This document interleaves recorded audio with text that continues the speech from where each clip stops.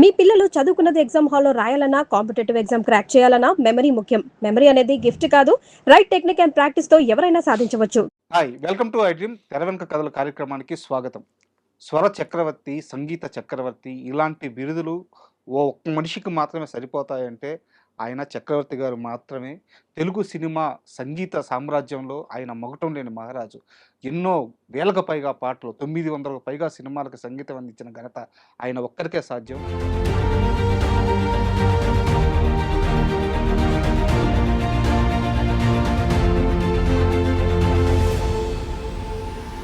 So చక్రవర్తి గారి గురించి మనకి తెలియజేయడానికి సీనియర్ కో డైరెక్టర్ కనగల జయకుమార్ గారు ఈరోజు మనతో స్టూడియోలో ఉన్నారు. వారిని అడిగి చక్రవర్తి గారి సంగీత ప్రయాణం గురించి, ఆ అద్భుతమైన పాటల గురించి తెలుసుకుందాం. హాయ్ సార్, నమస్తే. నమస్తే. సార్, కొంతమంది మ్యూజిక్ డైరెక్టర్ల పేర్లు విన్నప్పుడు కళ్ళ ముందు కొన్ని వేల పాటలు, కొన్ని వందల సినిమాలు అలా కదిలాడుతూ ఉంటాయి. సో చక్రవర్తి గారు ఆ కోవకు వచ్చే మనిషి. డెఫినెట్గా చక్రవర్తి గారు గుంటూరు జిల్లాలో పొన్నికల్లు నేటివ్ ప్లేస్. సార్, అక్కడి నుంచి ఆయన ప్రయాణం. తర్వాత అప్పట్లో నాజర్ గారు బుర్రకథలు చాలా ఫేమస్. నాజర్ గారు బుర్రకథలు, ఆయన బుర్రకథలు మైక్ ఉండేది కాదు. మైక్ లేకపోయినా ఫర్లాంగ్ దూరం వినిపించేది ఆయన వాయిస్, కంఠం అటువంటి కంఠం. తర్వాత చాలా విగరస్గా ఉండేది. ఆయన దగ్గర సంగీతం నేర్చుకున్నాడు ఓకే చక్రవర్తి గారు. ఆయన పేరు కొమ్మినేని అప్పారావు ఒరిజినల్గా. చక్రవర్తి గారు అసలు పేరు కొమ్మినేని అప్పారావు. ఆయన మంచి గాయకుడు. ఆయన సంగీత మ్యూజిక్ డైరెక్టర్ అవ్వడానికి కారణం ఏంటంటే, ఆయన సంగీతం పెద్దగా నేర్చుకోకపోయినా, పెద్దగా ఇన్స్ట్రుమెంట్స్ ప్లే చేయకపోయినా, ఆయనకున్న మెరిట్ ఏంటంటే బాగా మంచి గాయకుడు, బాగా పాటలు పాడేవాడు. సో ఆ పాటలు పాడుదామని సినిమా ఫీల్డ్కి వచ్చాడు అనమాట. సో సినిమా ఫీల్డ్కి వచ్చి ట్రై చేశాడు. ఏంటి, అసిస్టెంట్ డైరెక్టర్గా చేశాడు. తర్వాత మ్యూజిక్ అసిస్టెంట్గా చేశాడు. డబ్బింగ్లో అద్భుతమైనటువంటి ఆర్టిస్టులకు డబ్బింగ్లు చెప్పాడు. అప్పట్లో సినిమాకి నాగేష్ పెద్ద కమెడియన్. అప్పుడు తమిళ సినిమాలు తెలుగుకి బాగా డబ్బు అవుతుండేవి. వాటన్నిటికీ హీరోలకి డబ్బింగ్ చెప్పాడు. తర్వాత నాగేష్ అని అద్భుతమైనటువంటి కమెడియన్, అతనికి సర్వర్ సుందరం అనేటటువంటి గొప్ప గొప్ప సినిమాలు చేశాడు. బాలచంద్ర గారి డైరెక్షన్. అతనికి డబ్బింగ్ చెప్పడం చాలా కష్టం, అంత స్పీడ్గా చెప్తాడు. అటువంటి అతనికి కూడా డబ్బింగ్ చెప్పాడు. సో ఈ విధంగా డబ్బింగ్ చెప్తూ ఉంటుండగా కొన్నాళ్ళకి మోగ ప్రేమ అని ఒక సినిమా, ఆ మోగ ప్రేమ సినిమాకి ఇతను పాటలు పాడతాడు కదా. చటర్జీ గారు, బెనర్జీ గారు, క్రాంతి కుమార్, వీళ్ళంతా ఒక గ్రూపు. ఈ సినిమాకి నువ్వే మ్యూజిక్ డైరెక్టర్ అన్నాడు ఆయన, చటర్జీ గారు. అంటే ఈయనలో ఉండేటటువంటి ఆ స్కిల్ గమనించి, మామూలు స్కిల్ కాదు, పాటలు అద్భుతంగా పాడేవాడు. తర్వాత అసిస్టెంట్ డైరెక్టర్గా చేశాడు. తర్వాత వేషాలు వేశాడు. తర్వాత పెద్ద మ్యూజిక్ డైరెక్టర్ అయిన తర్వాత చాలా మంది డైరెక్టర్స్ వేషాలు వేయమని అడిగారు. అవును, లాస్ట్ లో రాజా సినిమాలో వాటిల్లో చాలా సినిమాల్లో వేషాలు వేశాడు. సో ఆయన టచ్ చేయనటువంటి ఫీల్డ్ లేదు. అన్ని ఆ విధంగా అన్నిట్లో చాలా ప్రావీణ్యం సంపాదించినటువంటి వ్యక్తి. తర్వాత చక్రవర్తి గారికి మేము క్రాంతి కుమార్ గారి దగ్గర కోదండరామరెడ్డి గారితో పనిచేసాం కదా, చక్రవర్తి గారితో కూర్చునేవాళ్ళు. తర్వాత చాలా గొప్ప విషయం ఏంటంటే, చక్రవర్తి గారికి ఆయనకి పెద్ద సంగీతం రాదు అని అంటారు. ఇది ఉంది సార్, ఎక్కువ ఉంది. అయితే డైరెక్ట్ సిచ్యువేషన్ చెప్పంగానే టక్కమని ఏదో ఒక స్ఫూర్తితో ఆయన ఒక పాట అంటాడు, ఒక పల్లవి అంటాడు. అది ఎలా సార్? అంటే ఇప్పుడు ఏదో ఒక 100 సినిమాలు చేశాను, లేదా ఒక 100 పాటలు చేశాను అనుకోవచ్చు. అదే ప్రెజెన్స్ ఆఫ్ మైండ్ అంటాము. 900 పైగా సినిమాల్లో. అవును, అదే ప్రెజెన్స్ ఆఫ్ మైండ్. ఆ సిచ్యువేషన్ చెప్పంగానే ఒక ట్యూన్ అంటాడు ఆయన. ఎందుకంటే అతను మంచి గాయకుడు కదా. సో అది బాగా హెల్ప్ చేసింది. తర్వాత ఆ ప్రెజెన్స్ ఆఫ్ మైండ్, ఆ సెన్సిటివ్నెస్ గబుక్కన ఏదో ఒక స్ఫురిస్తుంది అనమాట. తర్వాత అది ఏదో దేవుడి వరవే. అది డెఫినెట్గా. తర్వాత చాలా పాటలకి ఆయన పల్లవులు రాశాడు. గబుక్కున ఏదో వచ్చేసరికి అన్నాడు అనుకోండి, దానికి ఏదో అబద్ధ సాహిత్యం నోటుకు వచ్చింది అనేస్తాడు. ఇదే బాగుంది అని అంటారు కొంతమంది.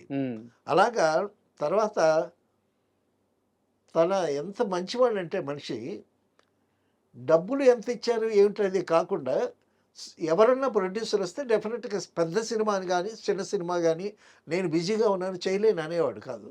అన్నీ చేస్తాననేవాడు.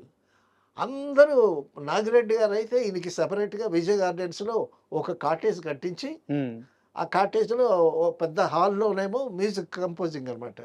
ఆ మ్యూజిక్ కంపోజింగ్‌లో ప్రొడ్యూసరు, డైరెక్టరు, అసిస్టెంట్ డైరెక్టర్లు వచ్చి కూర్చుంటే, ఆయన శిష్య బృందం రాజకోటి, వాసురావు, కీరవాణి, సార్. కోదండపాణి గారి అబ్బాయి, తర్వాత మనో, కృష్ణచక్ర ఎంతమంది శిష్యులు ఉండేవాళ్ళండి. అసల వాళ్ళందరి మధ్యన అసలు కృష్ణదేవరాయల కవి సమ్మేళన అంటామే, అలా ఉండేది. ఆ మ్యూజిక్ సిటీలో కూర్చుంటే. ఏం సార్ వాళ్ళ పేర్లు వాళ్ళే అద్భుతమైన మ్యూజిక్ వాళ్ళే డైరెక్టర్లే. అద్భుతమైన మ్యూజిక్ డైరెక్టర్స్ అయ్యారు. ఆ! తర్వాత వాళ్ళని మ్యూజిక్ డైరెక్టర్స్‌గా ఈయన ఎంకరేజ్ చేయటం. ఏంటండి, చక్రవర్తి గారి హయాంలో విజయ్ గార్డెన్స్‌లో సాంగ్ రికార్డింగు, ఏవిఎంలో రీ రికార్డింగు, తర్వాత ప్రసాద్‌లో మరొక రికార్డింగు. 4, 5 చోట్ల ఈ శిష్యులు ఉండేవాళ్ళు కదా! ఎటువంటి శిష్యులు? జమాజట్టీలందరూ. వీళ్ళలో రెహమాన్ గారు కూడా ఈయన దగ్గర లాస్ట్‌లో పనిచేశారని చెప్తున్నారు. రెహమాన్ గారిది ఈయన దగ్గరకొచ్చి కీబోర్డ్ వాయించేవాడు. ఆ! చెప్తున్నా రెహమాన్ గారి టాపిక్ వచ్చింది కాబట్టి. రెహమాను వచ్చాడండి. ఆ కీబోర్డ్ సెటప్ చేయటానికి ఒక బాయ్ అనమాట. ఆ కీబోర్డ్ ఎక్విప్‌మెంట్ చాలా పెద్ద ఎక్విప్‌మెంట్. ఆ కుర్రాడు, ఆ బాయ్ వచ్చి సెటప్ అంతా చేస్తున్నాడు. సెటప్ అంతా చేస్తుంటే, ఏంటి కీబోర్డు అందులో 3 ఉంటాయి. దానికి స్పీకర్స్ చాలా స్పేస్ ఆక్యుపై చేస్తది. నేనేమో చూస్తున్నా, ఏంటి ఇంత కీబోర్డు ఇంత ఎవరా అనంటే, రెహమాన్ వచ్చాడు. అప్పుడు రెహమాన్ కదా ఆయన పేరు. వచ్చాడు. వచ్చి కూర్చున్నాడు. కూర్చుంటే ఏంటి నల్లగా, పొట్టిగా ఉన్నాడు.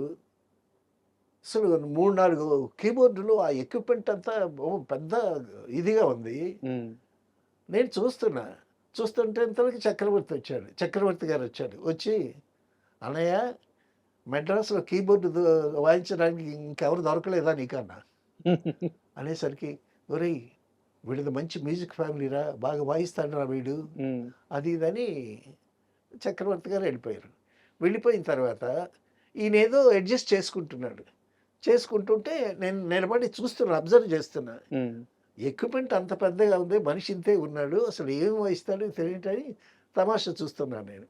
ఇంతలోకి నా పక్కన ఎవరో షాడో ఎవరో నా పక్కకు వచ్చినట్టు అనిపించింది. ఇట్టా చూసా, మొహం కనిపించలా. ఇలా చూసా. చూసేసరికి అమితాబ్ బచ్చన్. ఓహ్! విజయ్ గార్డెన్స్‌లో చాలా షూటింగ్‌లు జరుగుతున్నాయి. ఏదో షూటింగ్ జరగటానికి బాంబే నుంచి మెడ్రాస్ వచ్చి విజయ్ గార్డెన్స్‌లో షూటింగ్ జరుగుతున్నారు. ఆ షార్ట్ గ్యాప్‌లో ఈయనొచ్చాడనమాట. వచ్చి నేను అబ్జర్వ్ చేస్తుంటే, ఆయన ఈ ఎక్విప్‌మెంట్‌ని నన్ను ఆయన అబ్జర్వ్ చేస్తున్నాడు. ఆయన అన్నాడు, you are watching how this boy plays అది ఇది అని అన్నాడు. యెస్ సార్, నమస్తే సార్ అన్నాను నేను. సో, ఆ విధంగా అమితాబ్ బచ్చన్ నా భుజం మీద చెయ్యటం అనేటటువంటిది సో, చాలా ఒక గమ్మత్తైన ఇన్సిడెంట్. సో, వాళ్ళకేంటంటే అంత కెరీర్ సాధించిన వాళ్ళకి చిన్నవాళ్ళని కూడా చాలా చక్కగా తీసుకుంటారు. ఏదో ఒక రకమైన ప్రతిభ ఉంటే తప్పించి ఆ స్టూడియో లోపలికి రాదు కదా! అదే. ఏముందో ఈ మనిషిలో ఏముందో. సో, షార్ట్ గ్యాప్‌లో ఉండేటప్పుడు ఏంటంటే సాంగ్ రికార్డింగ్ ఉంటే ఊరికే చూడటానికి వచ్చాడనమాట. అలాగే విజయ్ గార్డెన్స్‌లో, విజయవాహిని స్టూడియోస్‌లో షూటింగ్ అవుతున్నాయి అనుకోండి, షార్ట్ గ్యాప్ ఉంటే అందరూ తిరుగుతారు. ఏం జరుగుతుంది? ఎవరెవరు ఉన్నారు? ఏంటి? తెలిసినోళ్ళు ఉంటే పలకరించుకుంటారు. సో, అంత వైభవంగా ఉండేది.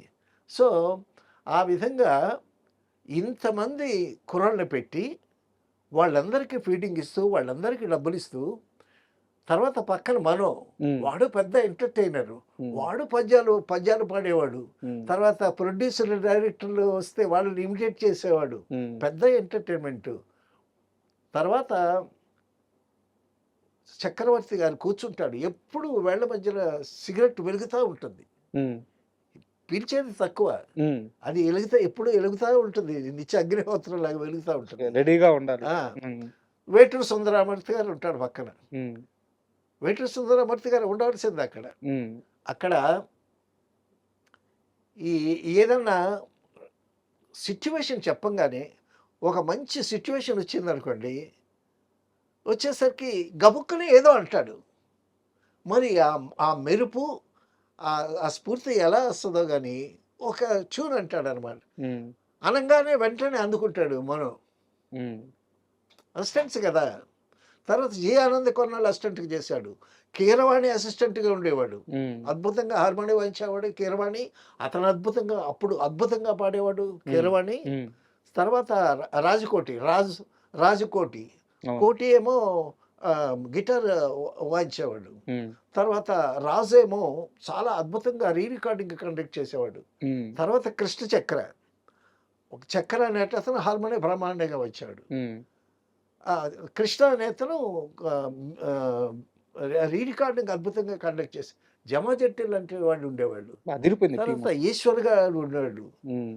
చాలామంది అసిస్టెంట్స్‌ని పెట్టుకొని అంతమందిని అడగటం తను ఆయన పెట్టుకునేవాడు. హ్మ్. ఈ మను అనేవాడు తమిళ్ మ్యూజిక్ డైరెక్టర్ దగ్గర ఉండేవాడు. అక్కడి నుంచి ఇక్కడికొచ్చాడు. హ్మ్. వాడు చిన్నప్పటి నుంచే వాళ్ళ మదరు బ్రహ్మాండమైన ఆర్టిస్టు. పాటలు, పద్యాలు, నాటకాలు అవన్నీ చిన్నప్పుడే నేర్చుకుని వచ్చేవాడు వీడు. వస్తే ఏదైనా ఒక పద్యం పాడమంటే ఓ అనర్గళంగా పాడేవాడు. హ్మ్. పిస్పాట ఎలా పాడేవాడు, షణ్ముఖ ఆంజనేయులు ఎలా పాడేవాడు, పి. సూరిబాబు నారదుడేసి పాట ఎలాగ పాడేవాడు. తర్వాత హ్మ్, ప్రొడ్యూసర్లు కొంతమంది వచ్చి వెళ్తుంటారు గదా!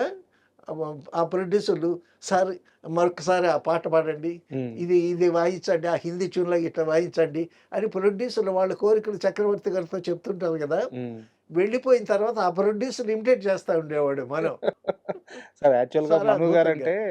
మను గారిని టీవీలో హోస్టింగ్స్, ఆ కామెడీ అవి చూసి చాలా మందికి ఆయన స్థాయి, అవును. ఆయన విద్వత్తు అర్థం కాదు గానీ, అవునవును. అబ్బా! చాలా ఆయన టాలెంట్ మామూలు టాలెంట్ కాదు సార్. టాలెంటు. ఎన్ని పాటలు. తర్వాత వాడసల మంచి నటుడు. అద్భుతమైనటువంటి నటుడు. మీరు అంటే మీకంత క్లోజ్ అసోసియేషన్ ఉందా? ఆ! బాగా.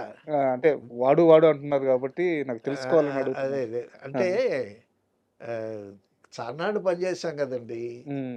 చక్రవర్తి గారితో. హ్మ్. అంటే ఇప్పుడేమో గారు అనాల్సొస్తుంది. ఆ! అప్పుడు మనో అనేవాళ్ళం. ఓకే. సో, మీకు ఆ అసోసియేషన్ ఉంది కాబట్టి అసోసియేషన్. హ్మ్. ఆ! హ్మ్. హ్మ్. ఆ!